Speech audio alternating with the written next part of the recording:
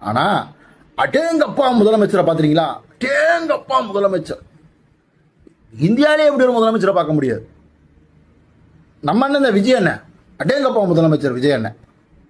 அது பாருங்களேன் அந்த மனுஷன் பேசுறத.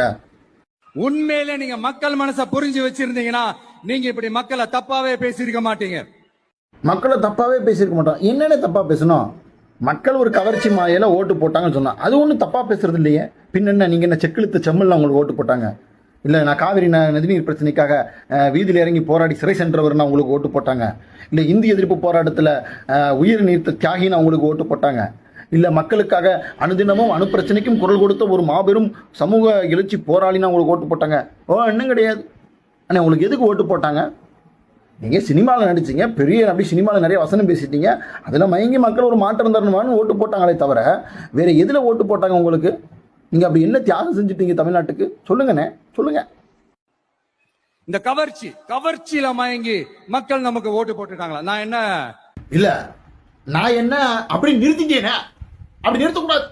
அடுத்த லைன் சொல்லு அண்ணே. நீ பொது இடன்றனால நீ சங்கடப்பட்டிருப்ப. நான் சொல்றேன் அடுத்த லைன். நான் என்ன அவுத்து போட்ட ஆடுறேன், நான் என்ன சிக்கு சிக்கு சிக்குன்னு அவுத்து போட்டு ட்ரெஸ் போட்டு ஆடுறேன் அப்படி சொல்ல வரீங்களா? எனக்கு புரியல. அந்த நான் என்ன நிறுத்துறதுக்கான அர்த்தம் என்ன?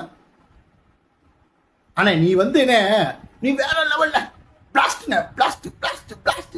அடுத்த ஒரு விஷயம் பேசியிருக்க. அதுக்கு நான் உனக்கு சரியான விளக்கம் கொடுத்தா நல்லா இருக்கும்னே. வரேன். தற்கொலை நல்லா வருது என்னென்ன வருது நான் சொல்லட்டுமா? இந்த மாதிரி சொல்றவங்களாம் அடுத்து என்ன வார்த்தை சொல்லுவாங்க? கேனா பூனா மூனா சூனா இந்த மாதிரி பல கெட்ட வார்த்தையில ஆட் பண்ணி தான் வருதுன்னுவாங்க. நீ அப்படி சொன்னியானே? அதாவது நீ யாருன்றது நீ மறந்துட்டு இன்னுமே நீ த்ரிஷாவுக்கும் நயன்தாராவுக்கும் இடுப்பு பிடிச்சி ஆடிட்டு இருக்க ஹீரோனே நீ நினைச்சிட்டு இருக்க போல. இன்னும் இந்த பிரஸ் இந்த ஆடியோ லாங்குவேஜ்ல பேசுற மாதிரியே பேசிட்டு இருக்க. மாநிலத்தினுடைய முதலமைச்சர், 8 கோடி மக்களுடைய பிரதிநிதி, அந்த பொறுப்பு கொஞ்சமாச்சும் உனக்கு இருக்கா? நான் சொல்றேன், இப்ப சொல்றேனே, நீ ஒரு பெரிய தற்குறின. ஏன் சொல்லு? உன்னுடைய பதவியினுடைய கௌரவம் என்னன்னே தெரியாம பொது இடத்துல நீ இப்படி பேசுற பத்தியா?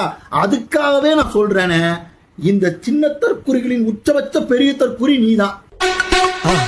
மறக்காம சர்ப்ரைஸ் பண்ணுங்க. தேங்க்யூ.